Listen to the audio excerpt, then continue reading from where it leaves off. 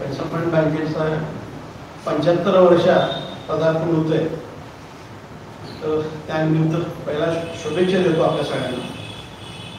माननीय चेअरमन नामदार गोळे साहेब, कार्यकारी संचालक माननीय शिवाजीराव नाईक, संचालक माननीय विलासराव नाईक, आनंदराव उडके साहेब, सर्व संचालक मंडळ, पट्टण कोळी शाखा सल्लागार प्रकाश पाटील साहेब, आवटे साहेब, जनसंपर्क कमिटी सदस्य अप्पासाहेब देसाई व श्रीकांत नाईक. आमचा हा प्रवास ॲक्च्युली बापू आणि आम्ही 12 जणांची टीम आम्ही व्हिएतनामला गेलो होतो. तर व्हिएतनामला आम्हाला एक बायकर्स भेटले. तर ते बायकर्स ते सुद्धा दुसऱ्या देशातून आले होते. मग आमचं बापूंचं एक डोक्यात आलं की आपण काही प्रवास करू शकत नाही असं.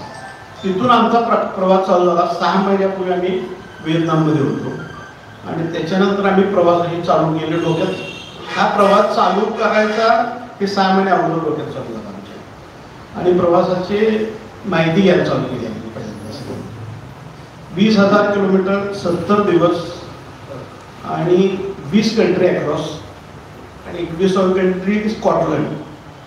एवढ्या कंट्री क्रॉस करून हा प्रवास साधारणपणे 70 दिवसाचा आणि 10 दिवस स्कॉटलंड आणि इंग्लंड, हा एवढा मोठा प्रवास होता. ॲक्च्युली प्रवास आमचा इंडियातून बाहेर पडले 19 एप्रिलला आम्ही जाणार होतो. 15 एप्रिलला स्वराज्य संकल्प दिन होता. बापूंना म्हटलं आपण संकल्प दिना दिवशीच निघाला पाहिजे बापू स्वराज्य, कारण आपला पण एक मोहीम वेगळी आहे. तर आपण पहिल्यांदाच करतोय. फ्लाईटला मी भरपूर फिरलो पण म्हटलं ही जरा वेगळी आहे. हा याचा रंग वेगळा आहे. म्हटलं नेहमी जातो फ्लाईटवर उतरतो, प्रत्येक गोष्टी प्लॅन्ड असतात. हे सुद्धा प्लॅन्ड होतं पण पुढे काय घटना घडणार आहे कुणाला माहीत नाही. तर त्या गोष्टीनं आम्ही त्या दिवशी निघालो. दिवस मोठा होता. तर इथून आमचा प्रवास चालू झाला. नागपूर नंतर गोरखपूरला आमचा मुक्काम झाला. नागपूरला एक मुक्काम झाला आणि गोरखपूरहून 19-20 तारखेला आम्ही बरोबर सकाळी नेपाळला बाहेर पडलो. नेपाळच्या तर नेपाळला लुंबिनी आपल्या बौद्धांचं जन्मस्थान तिथं भेट देऊन पोखराला थांबलो आम्ही. आणि पोखरातून त्यांचं कॅपिटल सिटीला गेलो नेपाळच्या. तर तिथून प्रवास आमचा चालू झाला नेपाळच्या काठमांडूपासून आमचा प्रवास खरं चालू झाला ॲक्च्युली. तर काठमांडूपासून आमचा नेक्स्ट ॲक्च्युली काठमांडूमध्ये आम्ही पशुपतीनाथाचं दर्शन घेतलं. आपल्या हिंदू संस्कृतीत एक फ्रेज आहे ॲक्च्युली, 12 ज्योतिर्लिंगाचं दर्शन येण्यापेक्षा एक पशुपतीनाथाचं दर्शन घेतलं तर 12 ज्योतिर्लिंग पूर्ण होत आहे. तर खरंच अप्रतिम मंदिर आहे. नेपाळ सुद्धा बघण्यासारखं आहे. हिंदू संस्कृतीचा खरंच गाभा आहे. तिथं ॲक्च्युली वेद लिहिलेलं व्यास जाताना व्यासाचं गाव सुद्धा लागतं. म्हणजे तुम्ही प्रवास रस्त्यानं करताय तर तुम्हाला सगळी ही छोटी छोटी ठिकाणं पूर्वी झालेली घडलेल्या घटना ह्या रस्त्याने जाता जाता मिळत जातात. आपण बघत होतो आणि आपल्याला वेळ लागला की बघून आपल्याला निघायचं आहे पण आपण बघू शकतो त्या गोष्टी. हा एक महत्त्वाचा पार्ट आहे विमानाच्या प्रवासामध्ये आणि याच्यामध्ये. पूर्वी कुठं कोण राहत होते, कडेकपारीमध्ये राहत होते, जाताना रस्त्याला ते लागलेलं असतं सगळं आणि तिथून आपण प्रवास करतो. तर तो एक महत्त्वाचा मुद्दा रोडचा प्रवास आणि विमानाचा प्रवास हा खूप मोठा फरक पडतो. आपल्याला सगळी गावं बघत जायला मिळतात ॲक्च्युली. आणि आमचा एक दुसरा एक मोठा होता प्रवासाचा, बापूने सांगितलं झाडं लावतो आम्ही. त्यानंतर save water and save nature हा एक आम्ही अजेंडा घेऊन आम्ही करत निघालो. कारण एवढी झाडं लावणी हे त्याच्यातून जपणूक पण पाहिजे आणि लोकांच्याकडे अवेअरनेस पण पाहिजे त्या गोष्टीचा. आणि सेव्ह वॉटर सेव्ह नेचर हे लोकांच्यापर्यंत पोहोचवण्यासाठी आता आपल्याकडे स्कॅरिटी आली आहे वॉटरची, म्हणजे त्रास व्हायला पाण्याचा, झाडं तोडत आहेत, ह्या गोष्टी होत आहेत. पण हा पूर्ण जगातच त्रास होता. आम्ही लंडनमध्ये ज्या दिवशी पोचलो त्या दिवशी सेव्ह नेचरची एक रॅली निघालेली. पाणी भरपूर आहे तिथे पण लंडन सारख्या ठिकाणी सेव्ह नेचरची रॅली निघते म्हणजे काहीतरी चालू आहे जगात उलटापालट चालू आहे 100%. तर तो एक विषय आहे. स्कॅरिटी ऑफ वॉटर आहे, ग्लोबल वॉर्मिंग आहे, बायोडायव्हर्सिटी लॉस व्हायला आहे आपली, त्याच्यानंतर सॉईल इरोजन चालू आहे, निगेटिव्ह इम्पॅक्ट ह्युमन बॉडीवरती चालू आहे सगळ्या या गोष्टीमुळे. तर तो एक मोठं घेऊन आम्ही निघालो होतो. तुम्हाला पूर्वतयारी प्रवासाची आम्ही कशी केली ते सांगतो. स्वतःच्या पहिला मनाची तयारी स्वतःला लागते, त्यानंतर कुटुंबाची सहमती सगळ्यात महत्त्वाची आहे. हा 3 महिन्याचा प्रवास आहे. आपण 8 दिवस गेलो तर 10 वेळा फोन करतात सकाळपासून संध्याकाळपर्यंत. तर 3 महिन्याचा प्रवास आहे, तर ती कुटुंबाची सहमती खूप महत्त्वाची आहे. त्यानंतर कुठले वाहन न्यायचे, ते वाहनाचे ग्राउंड क्लिअरन्स कसा आहे, त्याच्यात काय चेंजेस करायला, कारण आपण इकडून जातो 44-43 डिग्रीतून -10 डिग्रीला जातो आपण, तर तिथे कसा होणार आहे. त्यानंतर ग्राउंड क्लिअरन्स कुठे रस्ते कसे आहेत, कारण नेपाळचा आणि रस्ता नेपाळ टू तिबेट हा एक टेरेन असा आहे 120 किलोमीटरला 14 तास लागेल. 14 तासाचा होतो, म्हणजे 10 किलोमीटर सुद्धा गाडी जात नाही. हिमालयन टेरेन सगळा जाताच येत नाही, गाडी निघतच नाही कारण एवढा. आणि दुसरे काय राजकीय अवस्था आहे नेपाळमध्ये, त्यामुळे रस्त्यांची कामं होत नाही, प्रॉब्लेम आहे. जवळचं राज्य आहे पण हा प्रॉब्लेम त्यांच्याकडे मोठ्या प्रमाणात आहे. त्याच्यानंतर गाडी समजा स्वतःच्या मालकीत नसेल, मित्राची देत असेल, कोणाच्या संस्थेत नसेल, त्या संस्थेत एक इंडिग्निटी बॉन्ड अधिकारपत्र लागतं. तर ते पत्र लागतंच, म्हणजे तुम्ही घेऊन जाताना त्या संस्थेची पत्र, साईन, शिक्का हे सगळं घेऊन जाणं गरजेचं आहे. गाडीच्या मालकीची कागदपत्रे सगळी 100%. त्यानंतर गाडीचा विमा महत्त्वाचा पार्ट कसा, प्रत्येक ज्या ठिकाणी एंट्री करतो तिथं विमा नवीन घ्यायला, कारण त्या देशाचा विमा मिळतो विमा. आणि आपल्या देशात नेपाळने आपल्याकडे चालू शकतो, पण आपला विमा प्रत्येक देशात चालत नाही. काय झालं तर ती गडबड असते, कारण थर्ड पार्टी इन्शुरन्स तो घ्यायला लागतो आणि तो त्या बाउंड्रीवरतीच मिळतो. हॉटेल रिझर्वेशन्स हे अगोदर करायला लागतात, इमिजिएट करून होत नाही, मिळत नाही. हॉटेल चांगली का असावी, की आपली गाडी असते, आपण एवढ्या ठिकाणी जाणार असतो, प्रवासात 3 महिन्याचा आहे. गाडीला झालं काय, बापू मला नेहमी सांगायचे, माझं ड्रायव्हिंग थोडं जास्त रॅश असायचं. बापूला एक बापू मधुराव, गाडीला काय झालं तर आपण इथं थांबलो, लक्षात ठेवायचं, ट्रिप कॅन्सल. मग मी सांगायचे हे नेहमी प्रवासात त्यांचं एक पाठीमागून असायचं, मधुराव ते एक ऍक्च्युली ब्रेक दाबल्यासारखं असायचं, ऍक्सिलेटरवरून पाय निघायचं बरोबर. नंतर भारतातून गाडी बांधण्यासाठी आपण जसं व्हिसा घेतो, प्रत्येक कंट्रीचा व्हिसा लागतो, तसा एक कार्नेट म्हणून असते गाडीचं. एक कार्नेट आहे, FCCI म्हणून एक संस्था आहे, federation of Indian chamber industry, तिथून घ्यायला लागते. आणि त्याला प्रोसिजर असते, एक बँक गॅरंटी असते गाडीची. समजा गाडी 50 लाखाची, 25 लाखाची बँक गॅरंटी त्याला जमा करायला लागते आणि त्याच्यानुसार आपल्याला ते पेपर्स देतात प्रॉपर. कार्नेट आपला व्हिसा असतो तसा प्रत्येक देशाला लागणारा व्हिसा ते तयार करून देतात प्रॉपर. व्हिसाच म्हणतात, कार्नेट त्याला. आंतरराष्ट्रीय ड्रायव्हिंग लायसन, ते ड्रायव्हिंग लायसन आपल्याला आपल्या RTO ऑफिसमध्ये सुद्धा मिळतं. तिथं फक्त ॲप्लिकेशन करून घेणे हे सगळ्या गोष्टी गरजेच्या आहेत. आणि ऑनलाईन सुद्धा मिळते. ॲक्च्युली ऑनलाईन बऱ्याच ठिकाणी फ्रॉड होतं, त्यामुळे आपल्या RTOमध्ये घेतलेलं चांगलं सगळं. 8-10 दिवसात तुम्हाला ते मिळून जाईल. फक्त त्याला लागणाऱ्या फॉर्मॅलिटीज आहेत त्या सगळ्या पूर्ण करायला लागतात. आणि वातावरण आता मी सांगतो, आम्ही एवढ्या वातावरणाचं स्ट्रेंज वातावरण फिरलो आहे. आम्ही कोल्हापूरमध्ये त्या दिवशी साधारणपणे 38-40 डिग्री टेम्परेचर, लखनौ गोरखपूरपर्यंत जायचं 44 झाला आणि 44 पासून नेपाळ आणि डायरेक्ट तिबेटमध्ये गेल्यानंतर -10 डिग्री. त्यामुळे कपड्याचं खूप महत्त्व आहे. कपडे व्यवस्थित घेणे गरजेचं आहे, कारण बाहेर तुम्ही गेला तर सायझेस खूप चेंज होतात कपड्याच्या. आणि बापूंचे कपडे कुठंच मिळत नाही. बापूंना कपडे तिबेटमध्ये आम्ही एका ठिकाणी घेतले, तिबेटमध्ये बापूंना जॅकेट घेतलं, कारण बापूंचे होते या साईजची लोक तिकडे मिळत नाही, ती वेगळी लोक थोडी साईज छोटी असते आणि स्टँडर्ड इंडियन स्टँडर्ड वेगळा आहे. तुम्ही युरोपला गेला आणि अमेरिकेला गेला तर स्टँडर्ड वेगळा आहे. तर तो एक पार्ट महत्त्वाचा आहे, कारण जायचं असलं तर ह्या गोष्टी खरंच महत्त्वाच्या आहेत. आणि -10 मध्ये माणूस राहू शकत नाही.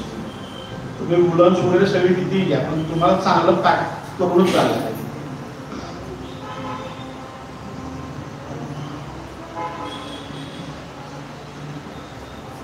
आणि गाडीच्या सर्व्हिसिंगला, आता गाडी तुम्ही इथली देताय तर बऱ्याच ठिकाणी ह्या इनोवा वगैरे, फॉर्च्युनर वगैरे ह्या गाड्या चालतात. पण जर दुसरी गाडी इंडियन बनावटीची गाडी घ्यायची तर बाहेर पार्ट मिळत नाही त्या गाडी. आता समजा महिंद्राची स्कॉर्पिओ घ्यायची झाली तर तो प्रॉब्लेम येतो. तर ते पार्ट्स वगैरे घेणं गरजेचं आहे. आणि आम्ही तयारी करूनच गेलो, सगळे पार्ट महत्त्वाचे. समजा ब्रेक पॅड गेले, हेडलॅम्प गेला, वायपर गेला, कारण बऱ्याच ठिकाणी बर्फ पडत असतो, वायपर 100% जातात. तर त्यावेळी ते घेणं गरजेचं आहे. अचानक नाही मिळालं तर तुम्हाला पुढं प्रवास कसा करणार तुम्ही, त्या गोष्टी आहेत तर त्या गोष्टी करायला लागतात. डुप्लिकेट चावी घेणं गरजेचं आहे. ते बारीक सारीक मुद्दे खूप आहेत त्याच्यामध्ये, म्हणजे तुम्हाला या गोष्टी करायला लागतात सगळ्या. आर्थिक व्यवहारासाठी लागणारे डेबिट कार्ड, क्रेडिट कार्ड सगळे, फॉरेस्ट कार्ड सगळे, चलन सगळे ते बघून घेणं गरजेचं असतं. तिथे गेल्यानंतर आपल्याला ठीक आहे बाउंड्रीवरती थोड्या बँक छोट्या छोट्या हे असतात पण मिळतात आपल्याला डॉलर, ते घेणं गरजेचं आहे. पण एक्सचेंज रेट वगैरे कमी जास्त तो घेणं गरजेचं आहे. मोबाईलचे इंटरनॅशनल रोमिंग मारणं गरजेचं आहे. तसंच आता काय होतंय, चायना वगैरे हा पार्ट आहे, हा गुगलवरती ड्राईव्ह होत नाही. ॲक्च्युली त्यांचा एक वेगळा ड्राईव्ह आहे, ते जी हे त्यांचं एक पॅकेज वेगळं मारलं लागतं तिथे. तर तो एक पार्ट आहे चायना आणि तिबेटमध्ये. रशियामध्ये सुद्धा आता काय झालं, अमेरिकन्सना ते व्हॅल्यू देत नाही लोक, यांचे स्वतःचे पोर्टल ते सगळं चालू केलं. आणि सगळ्यात महत्त्वाचा पार्ट जेवण. प्रत्येक टेरेनचं वेगळं जेवण असतं. इंडियन जेवण कुठेही मिळत नाही. आपण मनाला समजून घालूनच गेलं पाहिजे की मला हे आता मिळणार नाही, 100% मला तिथलंच खायला पाहिजे, त्या पद्धतीनेच खात गेलं पाहिजे. बापूंचं 9 किलो वजन कमी झालं, 9 किलो घासपूस. त्यानंतर मिळतं ते खायचे आणि लॅम्पचे पीस वगैरे घ्यायचे, मिळतच नाही दुसरं आपल्या इंडियन फूड मिळत नाही. चपाती आम्ही मला वाटतं चपाती जवळजवळ 76 दिवसानंतर खाली चपाती मिळाली. इथं गोव्यात उतरल्यानंतर आम्हाला मिळाली, तोपर्यंत नाही. त्यामुळे तिथं काय असते म्हणजे हर प्रकारचे प्राणी मिळतात. म्हणजे तुम्हाला घोडे, डुक्कर, तुम्हाला कुठलाही सांगायचं, गाढव, खेळ सगळं मिळतात. पण तुम्हाला बाकी 100% मला शाकाहारी हेच पाहिजे काय मिळणार नाही, कुठे मिळणार. शाकाहारी असतं जेवण, मग दही ताक वगैरे त्याचं कड वगैरे त्यांच्या टाईपचं मिळतं ते सगळे. आणि थोडं शिजवलेलं कच्चं असतं इकडे. तर ते समजा मांसाहारी जरी माणूस असतो तर कच्चं खाऊ शकत नाही आपल्याला. तर तो एक फरक पडतो खूप मोठ्या प्रमाणात.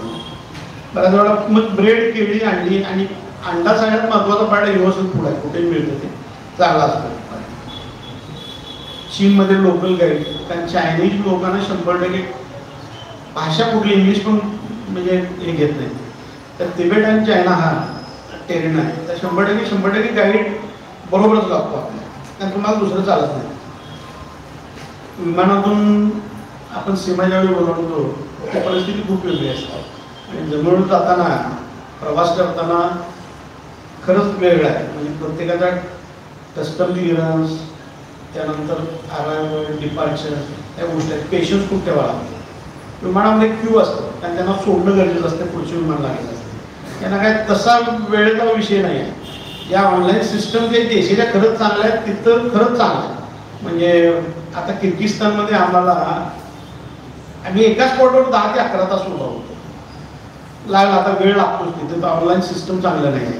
कारण पुढचा आमचा अरायवल आलाय डिपार्चरला ती सिस्टम गेलेली नसते. मग ऑन पेपरवर तुम्ही काय काय करणार, परत ते पेपर भरून घेतली असा वेळ होता. आणि बऱ्याच क्यू असते, त्यामुळे ह्या गोष्टी महत्त्वाच्या आहेत. आता मला प्रवास सांगतो मी आम्ही कसं गेलो होते. आम्ही नेपाळमध्ये गेलो. नेपाळमध्ये दर्शन वगैरे झालं, तिथून आमचा तिबेटचा प्रवास चालू झाला. तिबेट साधारणपणे 14 तासाचं अंतर तिबेटमध्ये जायला लागलं. लासा सिटीमध्ये आम्ही गेलो, पहिला स्टे घेतला.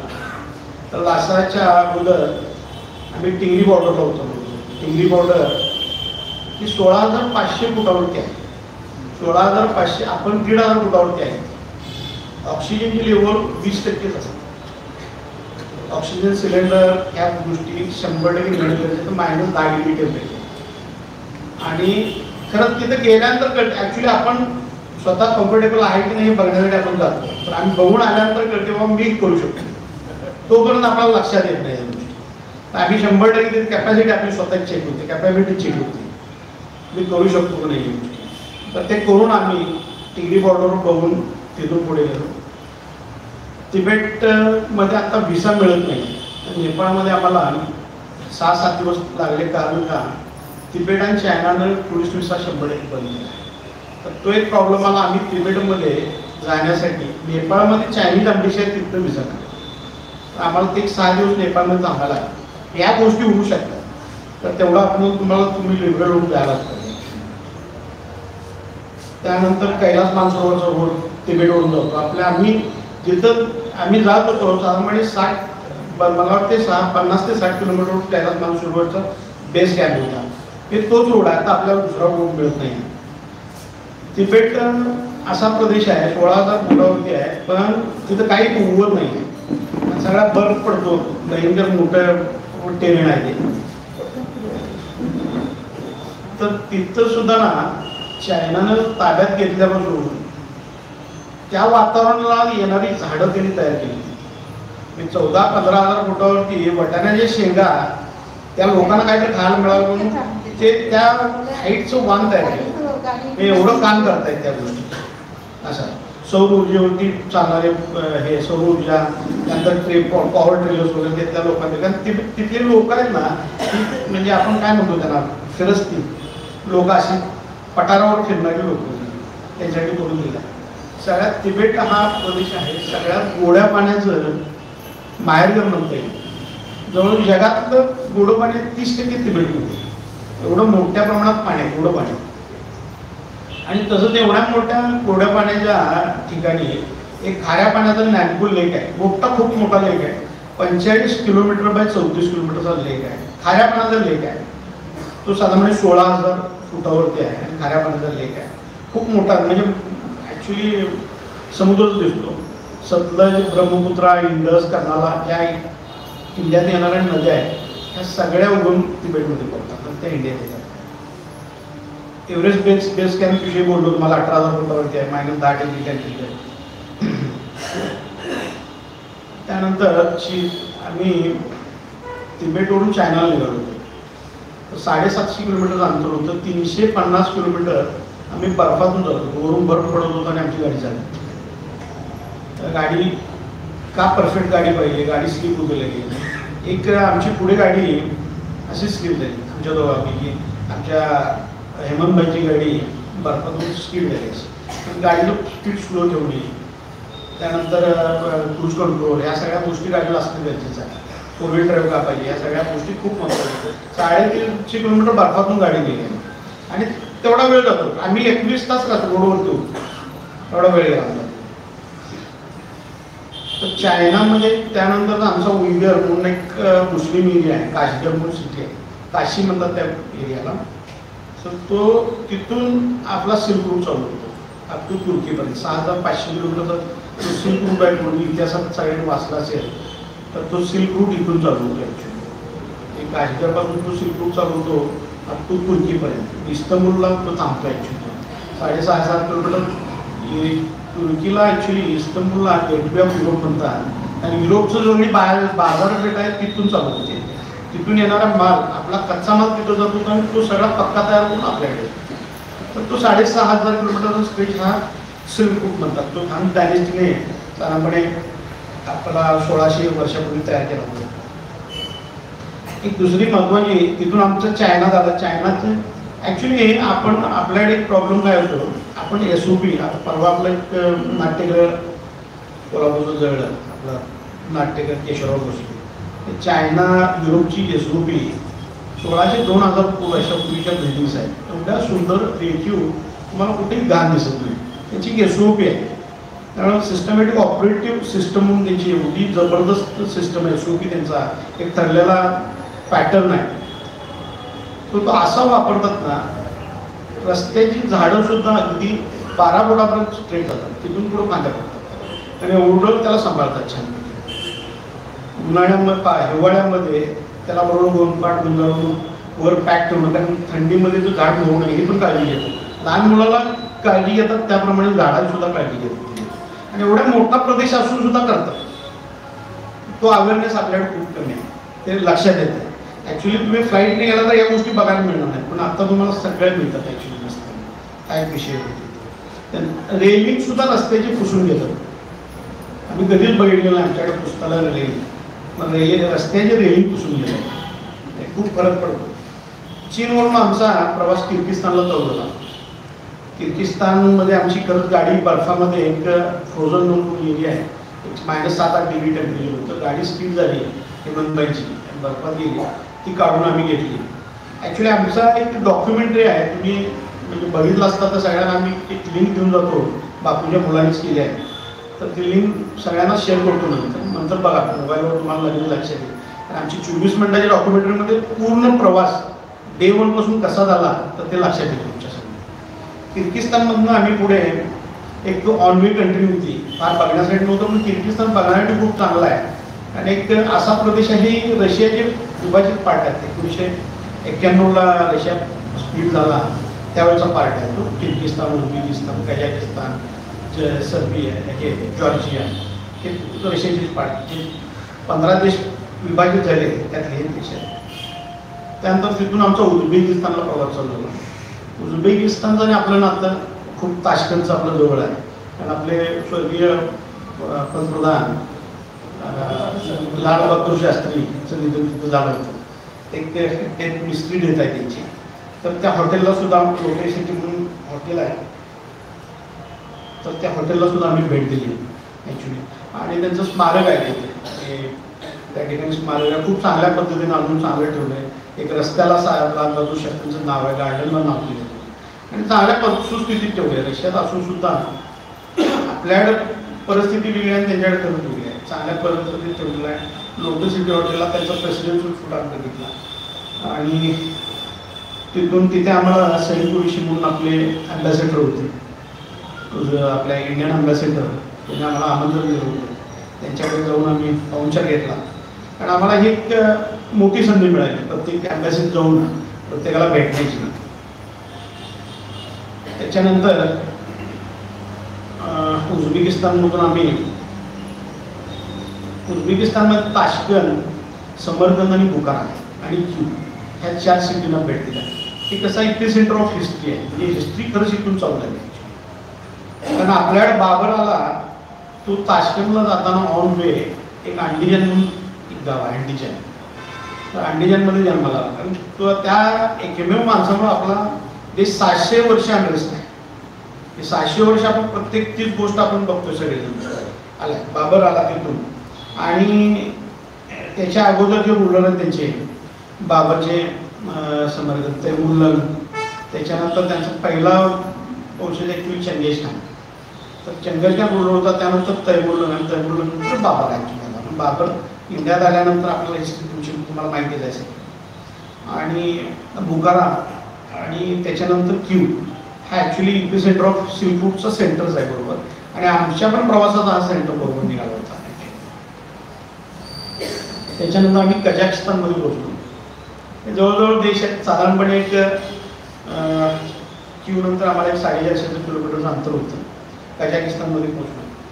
तर कझाकिस्तानमध्ये सुद्धा ही ऑइल कॅपिटल आहे. 3 देशांची ऑइल कॅपिटल आहे. उझबेकिस्तान, कझाकिस्तान, किर्गिस्तानची ऑइल कॅपिटल तिथं आहे. कझाकिस्तान ही बिएरू सिटी आहे. तर ते पूर्ण ह्या 3 देशांचे ऑइलचे व्यवहार इथे चालतात बिएरूमध्ये. खूप मोठी सिटी आहे, त्यांची कॅपिटल सिटी सुद्धा आहे.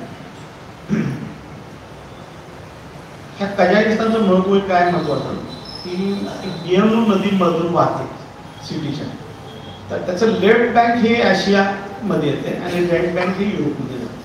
2 खंडाला डिवाईड करणारी नदी आहे. उरल रिव्हर म्हणतात त्याला. ते बिएरूमध्ये आहे उरल रिव्हर. आता त्यासुद्धा उरल रिव्हरचा प्रॉब्लेम काय झाला, मायनस आता जे पाणी आहे कॅचमेंट वॉटरवरनं येते ते ओव्हरफ्लो बँकच्या वरती आहे. हे ॲक्च्युली हा सेव्ह नेचर सेव्ह वॉटर मधलाच प्रकार आहे. आणि त्याच्यामुळं ग्लोबल वॉर्मिंग वगैरे वाढलं, त्यामुळे ग्लेसियर्स वितळाले, त्यामुळे पाणी जास्त यायला याच्याकडे. त्यांच्याकडे ग्लेसियर जास्त असल्यामुळे पाणी भरपूर मिळते. पण ते पाणी आता जास्त वाढले ह्या मध्या पट्ट्यामध्ये. आणि ही समुद्र सपाटीपासून खाली असलेली सिटी आहे बिएरू. त्याच्यानंतरचा प्रवास आमचा रशियाकडे होता. रशियाला लागून असलेल्या कंट्री आहेत. रशियाचाच पार्ट होता सगळ्यात महत्त्वाचा पार्ट म्हणजे जे दुसरं महायुद्ध झालं तर दुसऱ्या महायुद्धाच्या पुन्हा जवळजवळ सगळीकडे दिसतं. जाताना सगळ्या भागामध्ये काय झालेलं आहे, तर कशामुळे काय कुठं थांबला. आता हुल-उक्टा जिथे second world war front battle जिथं थांबली त्या हुल-उक्टाला आम्ही भेट दिली ॲक्च्युली. तिथं त्याने एक चांगलं नंबर बांधलं त्याने ॲक्च्युली. तिथं भेट देऊन पुढे गेलो. म्हणजे तिथं थांबलेले पुन्हा आम्ही त्या ठिकाणी जाऊन की जिथं युद्ध थांबलं की मला बघता आलं. ते रस्त्याने गेल्यानंतरच कळलं आम्हाला. हे बऱ्याच गोष्टी आम्हाला एक्सप्लोर चांगल्या प्रकारे करता आल्या. इतिहासाची पुनरावृत्ती आपण वाचल्यानंतर एवढं लक्षात येत नाही, ते बघितल्यानंतर लक्षात राहते असं करत गेलो आम्ही. आणि रशिया खूप मोठा विस्तीर्ण प्रदेश आहे. कंट्री साईड बराच भाग युरोपमध्ये आहे. कंट्री साईड खूप चांगला आहे त्याचा. 10,000 15,000 मेंढींचे कळप आहे. एक घोडेस्वार राहतो त्यांना. घोड्यांचे 10,000 कळप आहेत मोठे, कारण घोडी खातात खूप लोक तिथली. थंडी असते, -35°वर जातात. तर घोडी त्याच्याकडे पॅटर्न आहे, घोडी खातात. त्याच्यानंतर रशियातून आम्ही जॉर्जियाकडे गेलो. जॉर्जिया हा पूर्वी रशियाचा भाग होता, पण खरंच सुंदर कंट्री आहे. युरोपियन कंट्री आहे, कंट्री सोबी युरोपची आहे. तर तिथं फर्स्ट टाइम आम्ही तिबिलिस म्हणून त्यांची कॅपिटल सिटी आहे. आपणाला खरं सगळ्यांना माहीत नसेल, एक अभिमानास्पद गोष्ट आहे. कोल्हापूरचे एक आपण काय बसमेल, हां प्रथमेश बसमेल म्हणून आपले, तर तिथं युनिव्हर्सिटी चालवतात, मेडिकल युनिव्हर्सिटी तिथे चालवतात. हां जॉर्जियामध्ये खूप मोठी गोष्ट आहे. आम्हाला आमच्या गाडीनं मग कोल्हापूरचे आम्हाला विद्यार्थी जाताना दिसले. ते म्हटले कोल्हापूरहून गाडी आहे, म्हणजे त्यांचं ॲक्सिडेंट आम्हाला कळलं गेलं म्हणजे कोल्हापूर. आणि नंतर आमच्यातले आम्हाला लक्षात नंतर कळलं की बाबा हे की कोल्हापूरचाच माणूस आहे. आणि आम्ही त्याच्यानंतर ॲक्च्युली ही माहिती काढली, आणि कुणाला जर पाठवायला आले मुलं वगैरे तर पाठवू शकतो ना, आपलाच माणूस तिथे आहे ही माहिती होती सगळी हे केल्यानंतर. त्याच्यानंतर आम्ही टिबिलिसवरून बाटुमीला आलो. बाटुमी म्हणजे गोव्यासारखा फील आहे, गोवासारखंच ते एक सिटी आहे मोठी. तर तिथे आलो. बाटुमीमध्ये ॲक्च्युली ब्लॅक सी आपण बऱ्याच वेळा म्हणतो ब्लॅक सी आहे, तर काळा समुद्र आहे. तर काळा समुद्र ह्या बाटुमीपासून चालू होतो. ॲक्च्युली हा 7 कंट्रींना हे करतो, म्हणजे त्याचे कॉर्नर सगळे 7 कंट्रीच्या मध्ये आहे तो. तर बाटुमीपासून इथून चालू होतो ॲक्च्युली, जॉर्जियापासून चालू होतो. तर बाटुमी गोव्याला 100% फील आहे. गोव्याचं सगळं कल्चर वाटते.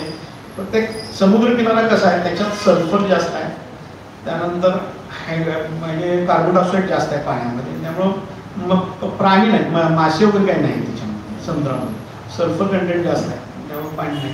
आणि त्यामुळे लाटा वगैरे ह्या प्रमाण कमी आहे. त्याचं मला वाटतं डेन्सिटी पण जास्त असू शकते त्या पाण्याची. तिथून आम्ही आपल्या समुद्राला आपण बघतो सगळी वाळू असते, तर त्या सगळ्या समुद्राला पेबल्स आहे. वाळू बिलकुल नाही, पेबल्स, मोठे मोठे पेबल्स आहेत. असं आहे, एक वेगळा फील आहे. त्याच्यानंतर आमचा प्रवास चाललेला ब्लॅक सी. ब्लॅक सी काळा समुद्र काय म्हणतात त्याला, ॲक्च्युली शिपिंग चालते 7 देशांचं, सगळं तेलाही वाहतूक चालते. त्याचा पत्रा सल्फरमुळे काळा होतो, त्यामुळे काळा समुद्र होता. दुसरा त्याला काय असा हे नाही, बेस नाही. त्याच्यानंतर आमचा प्रवास तुर्कीकडे. कंटाळा येत ना. तर तुर्की म्हणजे तुर्कस्तान, इस्तंबुलला. तर इस्तंबुलच्या अगोदर आमच्या कपाडोशिया म्हणून एक सिटी वेगळी आहे. तर वेगळ्या प्लॅनेटवर गेल्यासारखं वाटते. कारण कपाडोशिया तुर्कीचा एक भाग आहे की तो एवढा वेगळा डिफरंट आहे. अंडरग्राऊंड सिटी, 7 मजली सिटी अंडरग्राऊंड पूर्वी केली होती त्यांनी शत्रूपासून वाचण्यासाठी. त्यावेळी यांची युद्ध चालायची, तर त्यावेळी वाचण्यासाठी अंडरग्राऊंड सिटी केली. वेगळ्या प्लॅनेटवर असल्याने गेल्यासारखं वाटते. सगळ्या डोंगर कपारीतून तुम्हाला छोटे छोटे घरं देऊन मिळतील. आपल्या गोवा अजेंडा एवढं आहे तसे छोट्या प्रमाणात डोंगर पक्का, तिथं माणूस पोचू नये, शत्रू पोचू नये म्हणून, सैनिक पोचू नये म्हणून त्याची घरं तयार केली. तर ती घरं पूर्ण डोंगर कपारीतून दिसतील तुम्हाला. मी डॉक्युमेंटरी बघितल्यानंतर तुमच्या लक्षात येईल, ते देतोच तुम्हाला मी. वेगळ्या प्लॅनेटवर गेल्यासारखी ते कपाडोशिया आहे. तर कपाडोशिया खरंच बघण्यासारखं आहे. त्यानंतर तुमचा हॉट एअर बलून एक शो चालतो, कारण ती तसा एक हे तयार झालेला एरिया आहे. त्या प्रमाणात हवा चालते ते, त्यामुळं 2-2 हजार बलून असतात वरती हवेमध्ये. वरती जमिनीपासून साधारणपणे 8-10 हजार फुटावरती असतात, 15,000 फुटावरती असतात. तिथून आमचा तुर्कीमध्ये आम्ही गेल्यानंतर त्यानंतर आम्ही कपाडोशियावरून इस्तंबुलला गेलो. इस्तंबुलला ॲक्च्युली हा इस्तंबुल गेटवे ऑफ युरोप होतो. कारण युरोपचं आणि इंडियाचं कल्चर मिक्स आहे, आणि इथूनच खरा युरोप चालू होता. तिथे बॉस्फोरस म्हणून सी आहे, बॉस्फोरस ॲक्च्युली खाडी म्हणता येईल, पण सी म्हणतो त्याला आपण. कॅस्पियन सी आणि ब्लॅक सीला जोडणारा एक बॉस्फोरस सी आहे. तर तो एक पार्ट आहे की तो डिवाइड होतो दोन्हीला, युरोप आणि इकडे. काय होतं, परत युरोप बाहेर पडतो आणि परत आपण आशियात येते बरेच कंट्री, बरेच भाग. आणि असा फिरलेला भाग म्हणजे आता तिथून 100% युरोप चालतो. एक जॉर्जिया सिटी सोडली आणि रशियाचा थोडा पार्ट सोडला तर परत युरोप बंद होतो आणि परत आम्ही आशियातनं बाहेर प्रवास करतो. तर तो एक हे आहे. तिथे इस्तंबूलला पोहोचलो आम्ही. तर इस्तंबूलला सुद्धा विरुद्धो मिलिंद म्हणून आपले अँबॅसेडर होते, त्यांनी आमचा पाहुणचार तर चांगला केला. आणि मुस्लिम 100% एरिया असून एवढा ओपननेस आहे. आपण म्हणतो मुस्लिम आपल्याकडे कळलं, पण 100% युरोपियन कल्चर असल्यासारखं आहे.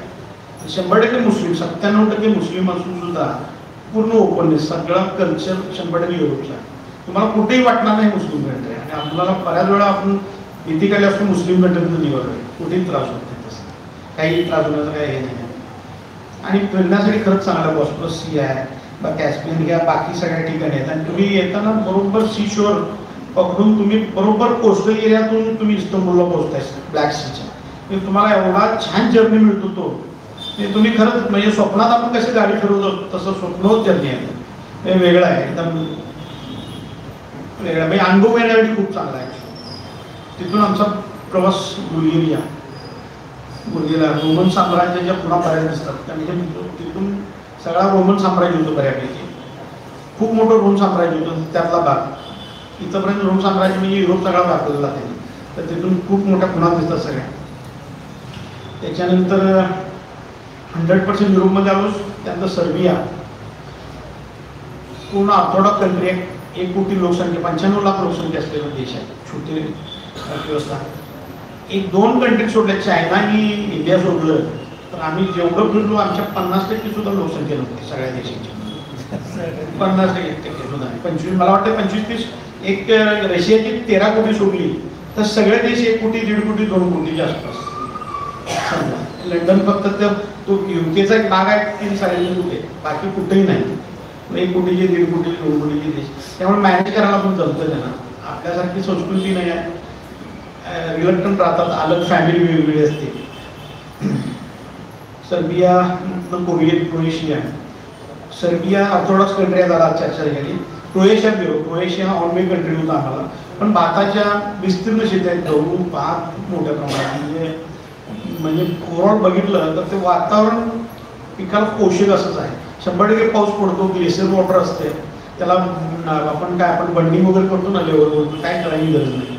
एवढं फर्स्ट क्लास त्यांना वातावरण चांगलं आहे. ऊन पडत आहे, पाऊस येतो रोज चांगला आहे. आणि 35 डिग्रीच्या वर जात नाही घेतले. त्याच्यानंतर आम्ही हंगेरी, बुडापेस्ट त्यांची कॅपिटल सिटी आहे. हंगेरीमध्ये त्यांचं संसद भवन आम्ही बुडापेस्टला बघितलं.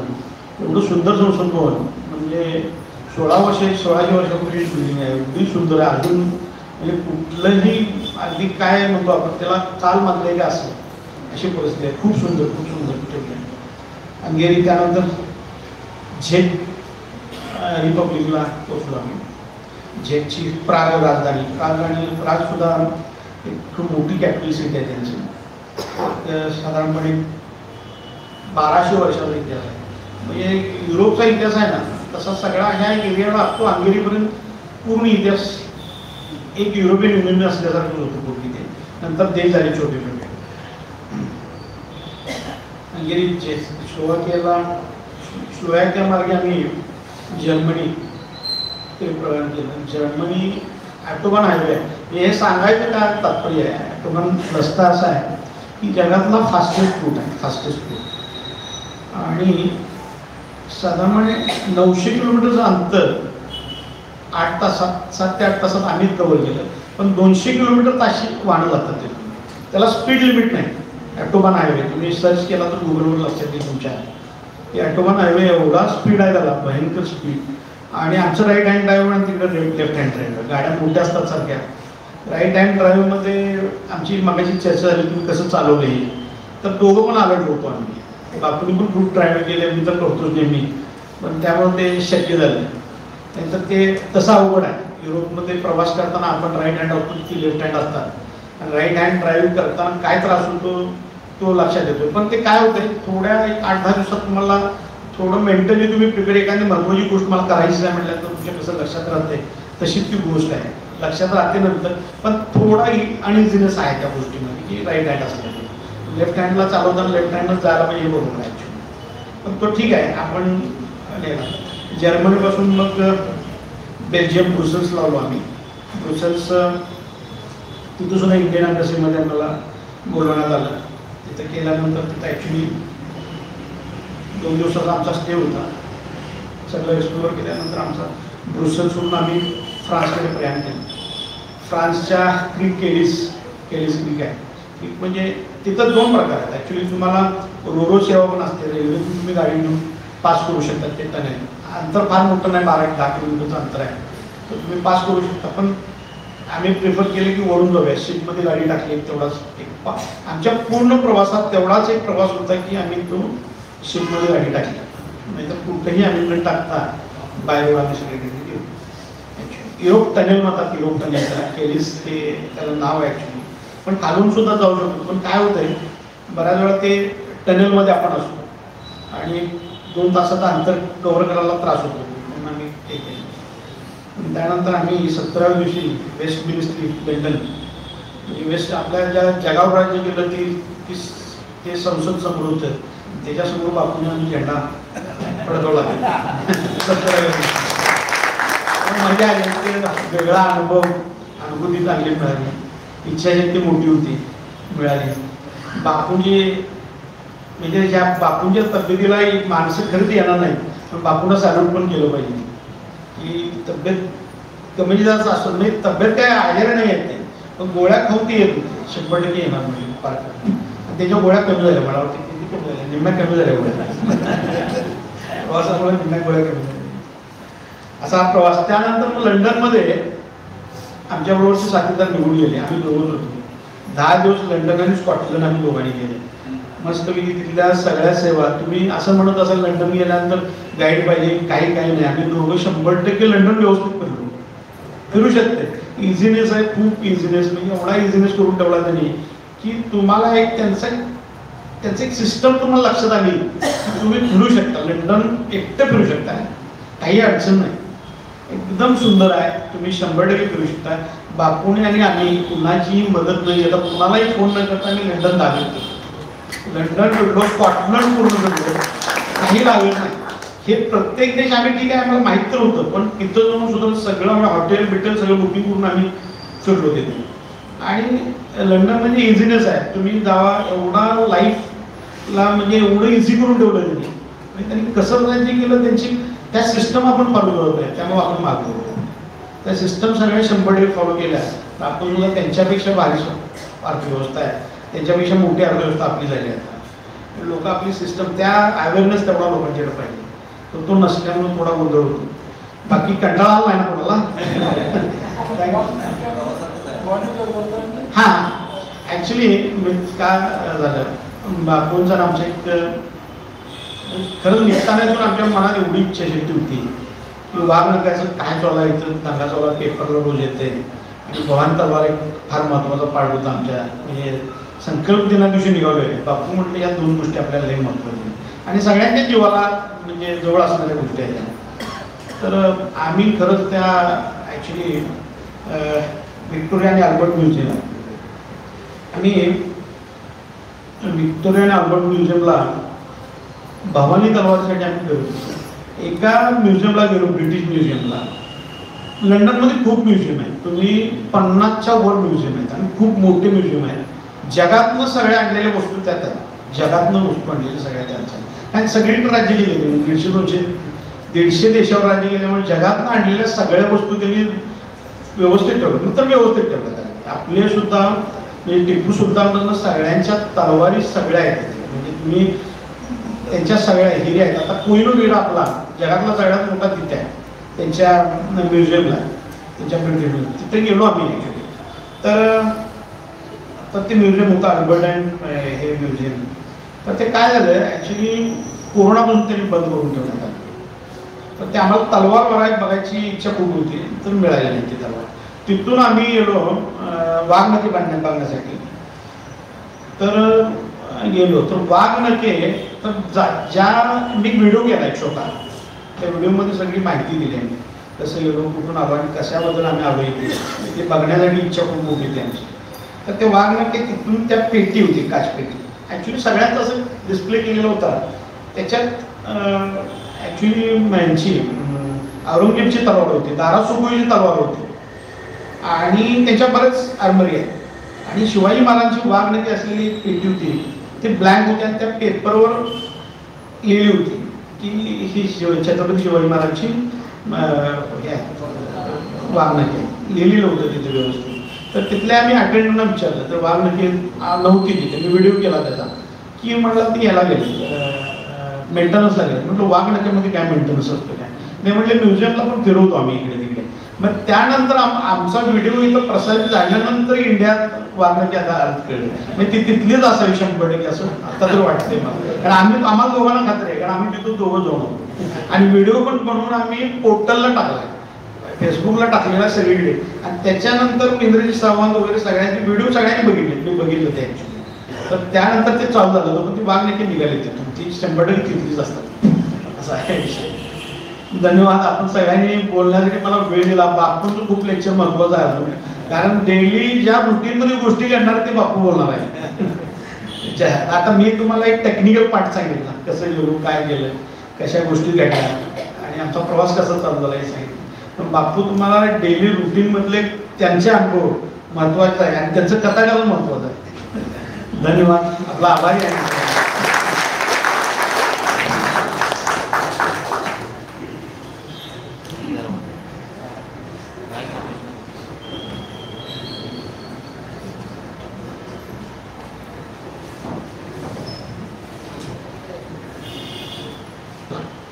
अप्पासाहेब नाईक दादा, श्री पैसा फंड शेतकी सहकारी बँक लिमिटेड हुपी, गणेश उत्सवानिमित्त व्याख्यानमाला गेली 45 वर्षाची चालू आहे.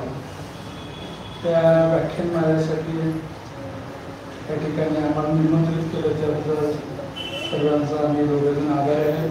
या ठिकाणी चेअरमन अण्णासू भोजे, कार्यकारी संचालक शिवराज नाईक साहेब, संचालक विलासराव नाईक, आनंदराव वडपे, शाखा सल्लागार प्रकाश पाटील काका, आवटी साहेब,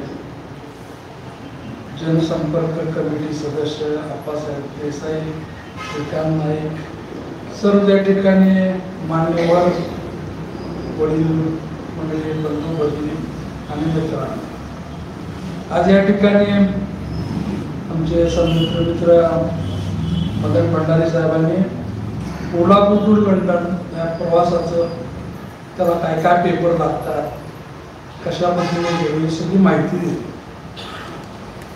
मदन भंडारी यंग, आमचे हेमंतभाई तिघं थोडंसं 62 वर्षाचा आणि थोडी शारीरिक ब्लड प्रेशर असणारा, शुगर असणारा असा मी पेशंट होतो. पण यांना कुणाला मी सांगितले की मला बरेच प्रॉब्लेम आहेत, कारण जर यांना जर सांगितलं तशी मला घेऊन जाणार नाही. तर आजच्या माणसाला आपण मी मध्येच घ्यायचं जाणार तर ह्याच्या लपड्यात कोण नाही पडायचं. तर मित्र, मी जाताना ठरवलं की मला बायको म्हणजे तुम्हाला एवढा प्रवास करणार आहे, सगळ्यात महत्वाचं जर कोणी मला सपोर्ट केला असेल म्हणजे 80 दिवस जाण्याची परमिशन माझ्या बिचारी बायकोने दिली, तिचं मी धन्यवाद. पहिला मला तेव्हा माझी ट्रीप झाली. मला 2 मुलं आहेत, एक CA आहे, एक इंजिनियर आहे. दोघांनी सपोर्ट दिला, माझ्या बॅगा भरण्यामध्ये, पेपर करण्यामध्ये सर्वांनी मदत केली. मी दवाखान्यात गेलो. चंद्रकांत पाटील तर आपल्याला माहीत असतील, 2007ला मी किरकोळ मला माइल्ड अटॅक आला तेव्हा त्यांच्याकडे ॲडमिट होतो. त्यांच्याकडे मग 6 महिन्यातून माझी ट्रीटमेंट तपासून घेणे एवढंच असते, पण तब्येतीचा कधी काही फार प्रॉब्लेम नाही. डॉक्टरांकडे गेलो. डॉक्टरना म्हटलं डॉक्टर जरा तब्येत एवढी व्यवस्थित चेक करा. ते म्हणजे का? म्हणजे मी गाडीवर लंडनला जाणार आहे, मला 70 दिवस लागतील आणि 10 दिवस तिथे फिरणार आहे, म्हणजे 80 दिवस. अरे ते म्हणजे तू विमान जाय की गाडीत कसा नाही देते तुला हे म्हणजे तू जाऊ नको, या भानगडीत पडू नको, तब्येत काय एवढी फार चांगली नाही. म्हटलं ठीक आहे, जायचं काय नंतर ठरवतो, तब्येत तर व्यवस्थित बघा. मग त्यांच्याकडे चेकअप करून घेतलं, BP सगळं इको सगळं काढून झालं. मला कॉन्फिडन्स झाला की आता आपली काय अडचण नाही. ते रिपोर्ट घेतले, ब्लड शुगरवाल्याकडे गेलो. शुगरवाला म्हणलं की कोंडेकर तुमच्या हार्ट सुरू झाले. मी मनात काय म्हणत त्याला म्हटलं तुला बाबा काय माहिती, माझा हार्टच मोठा आहे. असं सगळं उद्योग केला आणि पोरगा माझ्यावर यायचा. मी त्याला म्हणणार तू बाहेर बस, माझं चेकअप आहे. कारण चुकून डॉक्टरला त्याच्यासमोर सांगितलं की तू आईला सांग. आई म्हणणार तुमच्या आसुदीचं भांडण असेल तुम्ही जायचं नाही. माझी इच्छाशक्ती मात्र प्रचंड होती. सर्वांचा आशीर्वाद, त्या मित्रांचं सहकार्याने एवढ्या ह्याच्यातून आपल्याला आयुष्यात जायला मिळते. परत ह्याच्या पुढे शक्य होऊन पण कसं आहे की आम्ही बघितलं, मी आणि मदन जसं 12व्या नंबरला 11 आणि 12व्याला होता. आमची 10 मित्र होती ती पुढे होती. आता ती सगळी गेली, राहिला आम्ही दोघं. नशिबानं आम्हाला हेमंत शाह आणि त्याचा मित्र त्याने सोडला म्हणून आम्ही 4 जण झालो.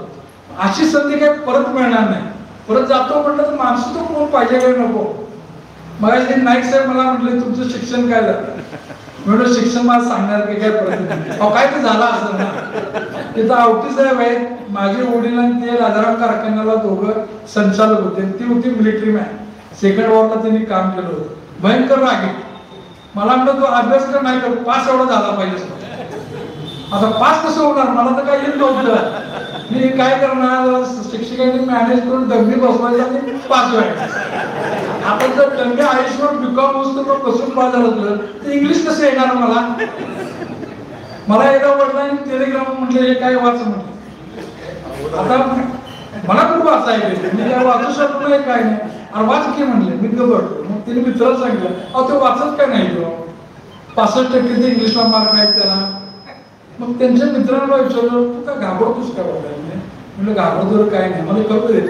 65% मार्क आहेत. अहो डब्बी बसवलंय, मला डब्बी बसणार आणि परत ती अडचण मला परवाच्या ट्रिपमध्ये आली. ते इंजिनियर हे इंग्लिश, ती दोघं इंग्लिश, आम्हाला कुठे इंग्लिश येतं. यांचा शेट धरूनच मागणं हो. कुठे आपल्याला गेले की पहिलं हॉटेलची 2 कार्ड खिशात घालायचे. कुठं चुकलं तर कोणतं टॅक्सवर टाकून हॉटेल जायचं. ट्रिप आमची खरोखर चांगली झाली. मदनवाडी सगळा प्रवास सांगितला. आम्ही तुम्हाला अयोध्याचं एक सांगतो. अयोध्याला आल्यानंतर रामनवमीच्या दुसऱ्या दिवशी होतं. आम्हाला वाटलं की गर्दी प्रचंड होती, आपल्याला काय तिथं दर्शन काय मिळणार नाही. दारात आम्ही गाडी गेल्यानंतर तिथं ते सिक्युरिटीचे लोक जे होते त्यांनी गाडी बघितली आणि ते कोल्हापूर लंडन सगळ्या ते मॅप बघितल्यानंतर त्याने विचारलं कुठे निघालं. मग आम्ही लंडनला गाडी निघालो. आज काय गर्दी आहे, दर्शन होते काय मिळणार ते नाही म्हणजे गाडी पुढे लावा म्हणते. आणि तिने आम्हाला 2 गाडीचं साहेबांनी दिलं. डायरेक्ट आम्ही गाभाऱ्यात जाऊन तिथे दर्शन गाभाऱ्यात फोटो काढले. आल्यानंतर आम्हाला जेवणाचा आग्रह केला. म्हणजे आम्ही जेवण जातोय. 2 लस्सीचे ग्लास दिले. तिने आमच्यावर गाडीचे फोटो, एवढे फोटो काढले. अर्धा त्या फोटोमध्ये आमचा घ्या. ते सगळं फोटो काढून मग तुम्हाला म्हणायचं सांगितलं की त्या नेपाळला गेलो, पोखराला गेलो, काठमांडूला गेलो. काठमांडूतून आम्ही चायनाच्या बॉर्डरला जायला 125 किलोमीटर अंतर होतं. आम्हाला 12 ते 13 तास लागले. एवढा रस्ता तो प्रचंड खराब होता. 2 ठिकाणी पूर्ण बस आली. मदना चालवायला होते.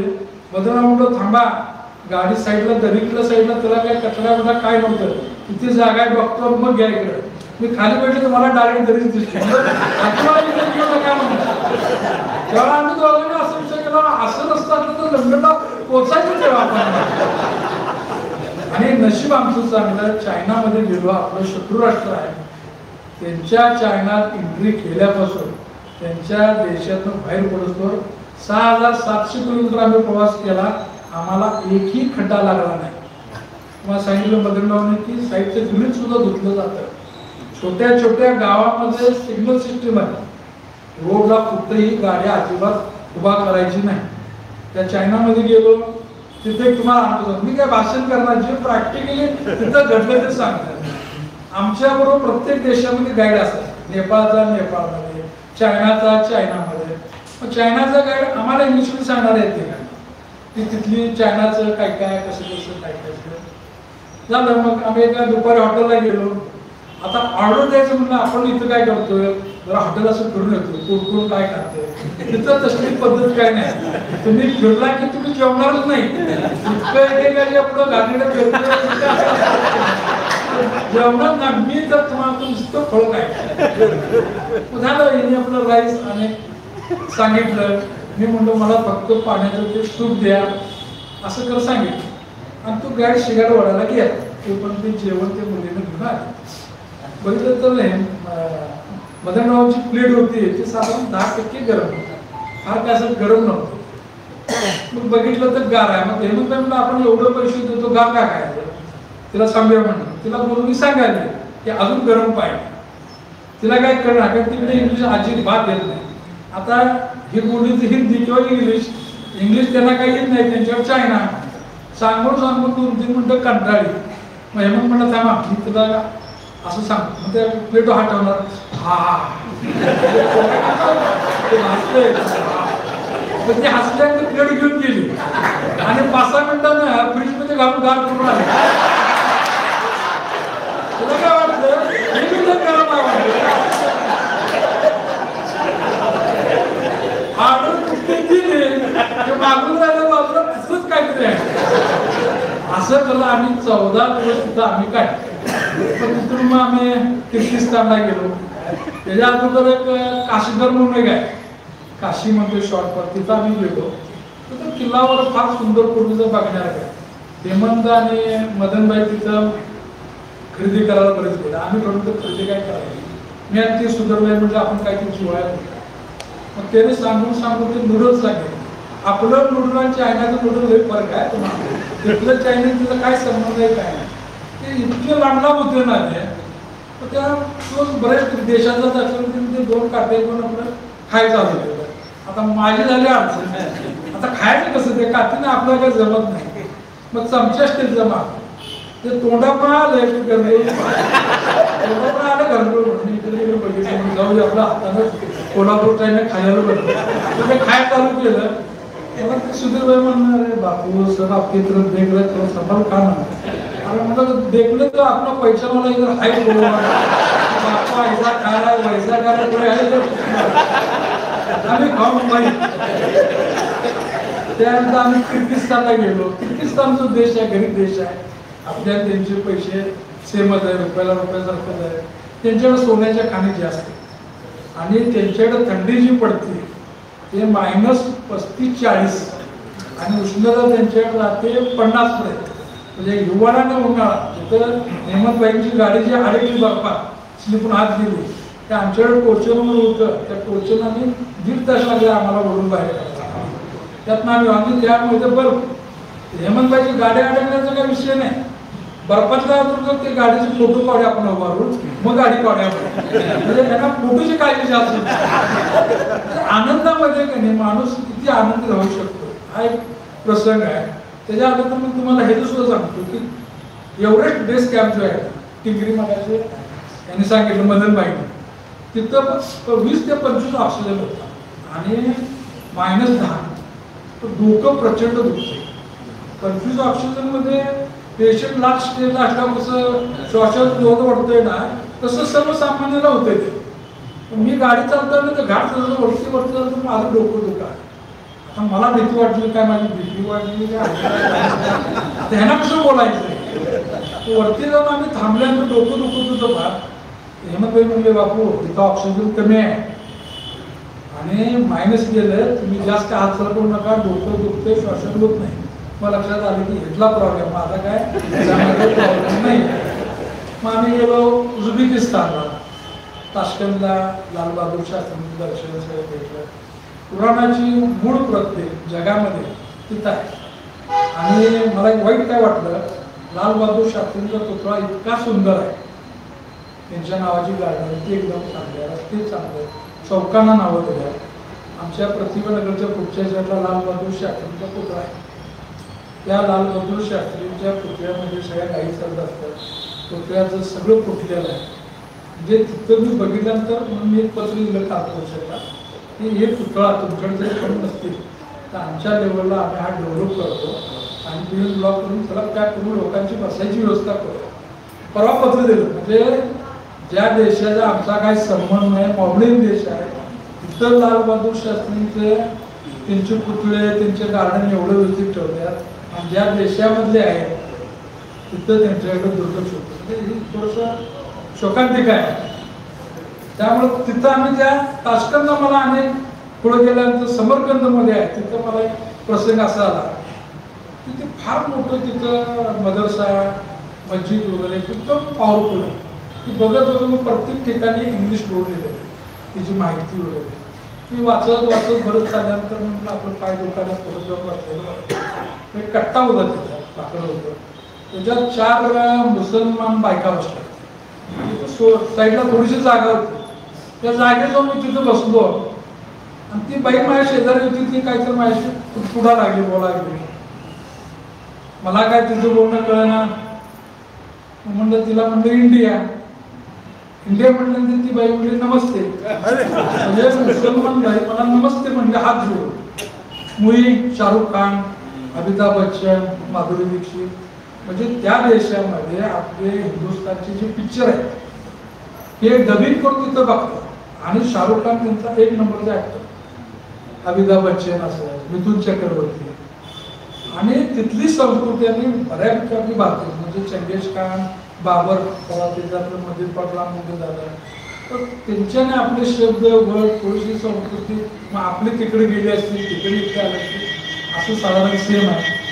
मग मी त्याला म्हटलं काय बोलायचं, India to London, Nepal, China, Kyrgyzstan, Uzbekistan, Kazakhstan, Russia बाहेर होतो. तर तिला कळालं आम्ही गाडीनं काहीतरी लंडनला निघालो. मस्तीचा डबा होता, त्यात मी एक पुरी काढली गोड होती. तिला म्हणलं हात, तिनं अर्धी करून हात बसतो. आपण इकडं तिकडं थोडं ओळखत त्याची थोडं कळत होतं, आम्हाला काय कळत नव्हतं, असं बोलायचं प्रयत्न चालू होतं. तेवढ्या तिघं फिरून आलीत की मी त्या बायकांच्या आपलं खात आता बोलून पडतो ना, यांना कळालं म्हणजे बापूच पाहुणे इकडे कुठे यांना ओळख करून दिली माय फ्रेंड, यांना मी पुढे दिल्या काय. मग तिची मुलगी आली तो ती इंग्लिश बोलली, म्हणजे माहिती मी ती दिली. म्हणजे 87% मुसलमान असून, त्या बायका मुसलमान असून सुद्धा आपण जे समजतोय की मुस्लिम असं करतात ते फक्त म्हणजे इकडं आपल्याला असावं राजकारणी आणि या बाकीच्या लोकांना, तिथं आम्हाला कुठेही कसला प्रॉब्लेम नाही, किर्गिस्तानला नाही, कुठंच नाही. म्हणजे असं प्रत्येक ठिकाणी जाईल त्या ठिकाणी आम्हाला वेगवेगळे अनुभव आले. तुम्हाला सांगतो, इव्हन तिथनं रशियामध्ये आम्ही गेलो. आमचा रशियाचा जो गाईड होता, योगाने बॉर्डरला काय आलं, मदनराव हेमंतच्या गाडीत बसले, गाईड माझ्या गाडीत आला. काय लागला बोलवला. मग आता माझं कसं होतंय, कोण आपल्या माहितीतून नसले की दाबून इंग्लिश बोलायचं. तर त्याचे मागं काय बापू असा बोला तसं त्याला बी काही होतं, मला बी काही होतं. हात मारून करून जेवढं चालते तेवढं आपलं चालवायचं. दुसऱ्या दिवशी सकाळी तू माझ्याकडे झाला, पण म्हणलं बापूच्या गाडीमध्ये इंग्लिश साईड बापूवर बसतो म्हणून. सकाळी यायचा गुड मॉर्निंग मिठी मारायला, म्हणजे तू त्यावर काय बोलतो मला तर कुठं माहिती आहे काय बोलले त्याला काय केलं. पण हात वारे अंतःकरणापासून एखादी भाषा बोलायचं ज्यावेळेस प्रयत्न करतोय बरोबर त्याला पुढच्याला कळते. म्हणजे असं न करता आमचा प्रवास बऱ्यापैकी, मगाशी मदनने सांगितले की जे केव म्हणजे गुहा 3ऱ्या शतकामध्ये ख्रिश्चन लोकांनी मुसलमानांच्या पासून संरक्षण मिळवण्याचे म्हणजे 1-2 नसतील, मला वाटतं 50-50 हजार गुहा असतात. आणि अंडरग्राऊंड 7-7 मजले असे, त्यामध्ये त्यांचे हॉल म्हणा, बेडरूम वगैरे अजून आहे. त्या नंतर 11व्या शतकामध्ये चंगेज खानने त्या लोकांना मारून टाकलं वगैरे, तो इतिहास वेगळा. म्हणजे आपल्या चंगेज खान सुद्धा तिथे इतिहास जो आहे, 1.5 लाख हिंदू 10व्या-11व्या शतकात तिथे मारले, त्यांचं बाबरने मारले. त्यामुळे आपले जे काही इथले हिंदू होते ते कन्वर्ट त्यावेळेला मुसलमानमध्ये, असा इतिहास तिथं आहे. युरोपमध्ये बघितलं, युरोपमध्ये सुद्धा खरोखर शेती इतकी प्रचंड आहे. मदननी सांगितलं की लोकसंख्या किती, 65 लाख, 1 कोटी, प्रचंड जमीन आणि मोठमोठे ट्रॅक्टर्स. ते जे ट्रॉल्या ज्या मागच्या आहेत ना, त्या 12-12 क्युबिक मीटरच्या, म्हणजे डंपरला 10 किलो जेवढी ट्रॉली असते का नाही तेवढे ट्रॅक्टरला आहे. आणि सगळं मशीन डायरेक्ट कटिंग करून त्या डंपरमध्ये आणायचं. 3-4 माणसात 1000-2000 एकर जमीन एकटा बघू शकतो. माणसंच नाही, सगळं मशिनरी होतं. आणि बऱ्यापैकी शेती काही ठिकाणी देशाची आहे, तुम्हाला लीजवर ते 30 वर्ष लीजवर देतात. बर्फ त्याचं पाणी ते स्टोरेज करून ते वापरता येते. बऱ्याच देशामध्ये बघितलं ना तर 2 ऋतू, पावसाळा, उन्हाळा, पावसाळा होतो. रशियामध्ये तर 50 डिग्रीला मायनस जातं. हे म्हणजे ना तिथं गुढी मिळतात, कुंड खायला मिळतात, गारवा मिळतात. त्याचं कारण आहे की त्या जनावरांना हीट प्रचंड आहे. त्यामुळं त्यांना ते खाल्ल्याशिवाय त्यांचं त्या बर्फाळ प्रदेशामध्ये चालतच नाही, कारण 3-4 महिने ते घरात जातात, बाहेर जाऊ शकत. आणि निसर्ग एवढा आम्हाला जवळ बघायला, एक गावात गेलो तर गावं एकसारखी, रस्ते प्रचंड मोठे, कुणाच्या भानगडीत कोण आम्ही तर बघितलेली माणसं नाही, बसल्यात 5-50 जण असलं काय नाही. कुठं गाडी घेऊन प्रचाराला काय काय काय बाग. नेपाळ पासून लंडन पर्यंत कुठंही डिजिटल बोर्ड वाढदिवसाचा बघितलेला नाही. नेपाळ पासून लंडन पर्यंत जास्त 20 ते 25 हॉर्न ऐकला असेल. प्लॅस्टिकच्या बाटल्या, बिअरच्या बाटल्या, काय काय रस्त्याकडेला अजिबात नाही. एवढी स्वच्छता. गाडी चालवताना ट्रकवाला तो आपल्या लाईनच जाणार, कधी इकडे तिकडे घेणार नाही. कारवाला ओव्हरटेक केली की आपल्या लाईनमध्ये, स्पीड जाणारा एक लाईनमध्ये. तो जो जर्मनचा हायवे त्यांनी सांगितला होता, आमच्या गाडीचं स्पीड लिमिट इंडियातलं असते ते 200 किलोमीटर असते, फॉर्च्युनर 200 होते. गाडी चालू केली, मग आमचा ॲव्हरेज 130-140 स्पीड असेल. 130-140ला जाताना ट्रकवाला बी बरोबर आला, मोठा हेवी ट्रेलर कसा आपल्याबरोबर, आणि गाडी पळवायची चालू केली. 160ला गेलो, 170ला गेलो, 180. आम्ही 350 किलोमीटर मध्ये एकही गाडी पास केली. सगळे आम्हाला पास करून जातात. एका पंपावर बघितलं की स्पीड लिमिट त्यांच्या गाडीचं किती आहे, 340. तर ती ॲव्हरेज 250 स्पीड गाड्या पळवत होती. तसंच मग आम्ही सगळं करत करत आम्ही बेल्जियमला गेलो. बेल्जियमला चॉकलेट फार्म मिळतं, तिथे दूध व्यवसाय फार मोठ्या प्रमाणात. तिथे गेल्यानंतर आम्ही बदलगाव थोडं चॉकलेट करायचं असं दुर्या फिरत निघालो आणि असं मराठी बोलत निघालो. तिथं दोघं तिथं माणसं जी होती, हो म्हणलं भाऊ कुठला आला, आम्ही म्हणलं मुंबईवर आला, कारण मुंबई म्हणलं लगेच लक्षात येते ना. मुंबईमध्ये कुठं म्हणजे मुंबईला तसं मुंबईत राहत नाही, आम्ही राहतो कोल्हापूर. तू कोल्हापूर कुठं राहतो, सत्यवाननगर राहतो, आम्ही रायपूरच राहतोय म्हणला. डॉक्टर पाणी तेवढा कुठल्या ड्रायव्हरनं आला, आम्ही ट्रॅव्हल्सनं आलो नाही, आम्ही गाडीतून आलो म्हणतो दोघं. अजून आमचे दोघं मित्र आहेत. आजचा आमचा 65वा दिवस आहे. तर ते विनावटमधून आले, तेवढं थांबा म्हणून त्यानं 5 गोळा करून आले. अहो आमची कोल्हापूरची माणसं म्हणला, गाडीतून म्हणलं लंडनला निघायला म्हणला. त्यांच्यावर गप्पा मारल्या, मग त्यांनी चॉकलेट वगैरे आम्हाला दिले खायला. आम्ही दोघं त्यांच्यावर गप्पा, आमच्यावर फोटो काढले. आम्हाला प्रत्येक देशामध्ये अशी गाडी निघाली की गाडीतून व्हिडिओ काढणारी, पंपावर थांबले की फोटोला किमान अर्धा तास लागायचा. तिथं गावात सिटीत गेलो तिथं फोटो, हॉटेलला गेलो फोटो, इतके फोटो झाले. आम्हाला वाटलं की आपण तामिळनाडूला गेलो काय. आणि मी तुम्हाला सांगतो, ह्या 80 दिवसामध्ये तब्येतीचा माझा कुठलाही प्रॉब्लेम नाही. जर तुम्ही आनंदी असाल तर तुम्हाला कुठलाही तब्येतीचा प्रॉब्लेम नाही. आमच्या बॅगाचे होते की नाही, तुमच्या 2 बॅगा, माझ्या 2 बॅगा, गाडीचे स्पेअर, माझी छोटी सुटकेस होती. पण आपण रोज विचार, आज सुटकेस मध्ये काय ठेवलं म्हणून माझी महत्वाची पेपर आहे. ज्यावेळी माझ्या 20 दिवसाच्या गोळ्या संपल्या त्यावेळी बॅग म्हटल्यानंतर बघितलं आपण गोळ्यानं बघायला म्हणलं 20 दिवसाचं बॉक्स आहे, शुगरचं आणि BP, मग त्याचं ते कोलेस्ट्रॉल, ते रक्त पातळ होणे, 11 बार मला रोज सकाळ दुपार संध्याकाळ टोटल 11 गोळा लागत होतं. त्याच्यात 3 कमी झाले. तर हा फरक कशाचा, आनंदी राहण्याचा.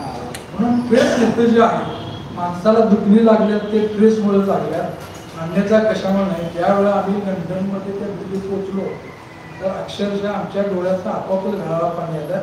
आम्ही एकमेकांना मिठी मारला की खरोखर म्हणजे आमचं जीवन सात्विक झालं. न कुठला त्रास होता, जर गाड्या अडकली जर सोडली तर त्यानंतर आम्हाला कुठलाही त्रास. आम्ही एक दिवस तर 22-23 तास बॉर्डर लेट जाते अशी गाडी चालवली. पण असं आम्हाला बरेच मित्र विचारलं, तुम्हाला असं कधी वाटलेलं आहे की आता लोकही बास करून जाव्या पडत. आम्हाला असं कधी वाटलं नाही. अजून वाटलं अजून 22 दिवस पुढे चालत तर जाऊ शकतो आपण. म्हणजे एवढी आमची एनर्जी स्ट्रॉंग होती. आणि मगाशी साहेबांना मी नाईक साहेबांना सांगितलं, एक ही सेकंद आमच्या चौघांचा वाद विवाद हिंमतनं एखादा निर्णय घेतला त्या क्षणाला तिघजण मदन घेतला त्या पद्धतीनं कुठल्याही प्रकारचं म्हणजे इतकं आमचं एकत्रित निर्णय असायचे, कॉम्बिनेशन एवढं चांगलं होतं. आमचा कुठलाही वादविवाद झाला नाही. आम्ही आता आल्यानंतर आमचा कॉन्फिडन्स वाढला. कॉन्फिडन्स वाटला. आता हिने आता काय ठरवलंय, आपण अमेरिका खंड ऑस्ट्रेलियाने आफ्रिका एकदा करूया, कारण 90 दिवस लागणार. म्हटलं कवा जायच्या वेळेस जाऊया, म्हटलं काय अडचण नाही काय. आणि जायच्या वेळेस मी काय केलं, नाही साहेब बायको बरोबर आम्ही दोघांनी एक ट्रीप चालू केली. एक 3 महिने अगोदर जायच्या तिला पंढरपूर अक्कलकोट तू गाडी चालवा स्टॅमिना जा. तुला मला जगात करायचं सांग कुठून जायला तयार. माझी पुढची तयारी होती ऑलरेडी. तिला कॉन्फिडन्स द्यायला पाहिजे. असा प्रवास आमचा खरोखर आनंदी सुखाचा आतापर्यंतच्या जीवनामध्ये अत्यंत अनुभव वेगळा.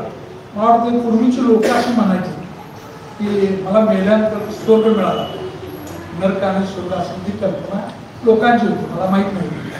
पण आम्ही जीवनपणे चौघांनी स्वर्ग बघितला. मी आमचं गिरगाव 2 मिनिटं बोलतो माझं भाषण पाहिजे. अप्पासाहेब नाईकदा यांनी 50व्या साली गरजू लोकांना जे लागणार अन्नधान्य असेल, वेगवेगळ्या सुविधा असतात ते देण्याचा प्रयत्न केला. तर गिरगावमध्ये कसं होतं की हा त्यावेळेला तुमच्या उपरी रेंदा हे पठाराचे उद्योग आहे. शाहू महाराजांच्या वेळेस हे रिझर्व फॉरेस्ट होतं. इथं झाडं तोडायची नाही, शिकार वैयक्तिक लोकांनी करायची, ती शिकार करणार.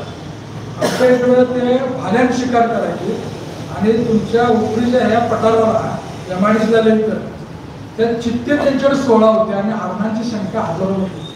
तर चित्त्याला जे हरण दाखवत ते त्या चित्त्याला मारलं, असं त्याला ते ट्रेनिंग होतं.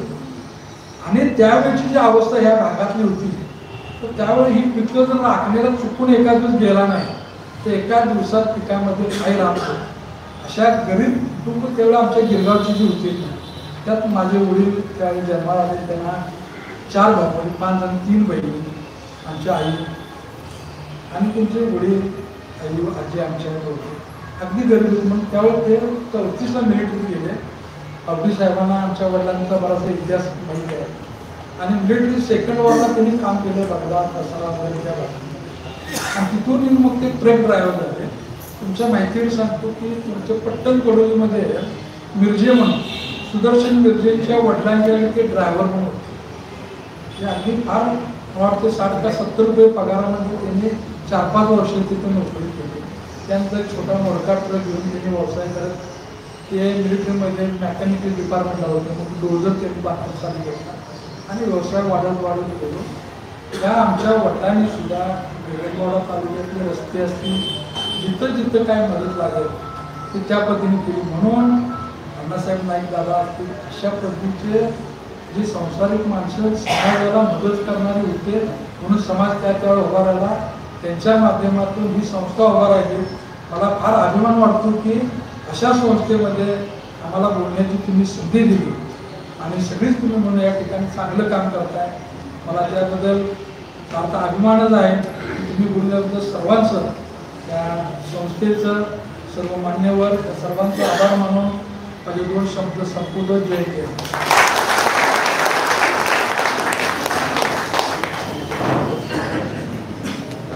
धन्यवाद बापू. अतिशय सुरेख पद्धतीनं प्रवास वर्णन आणि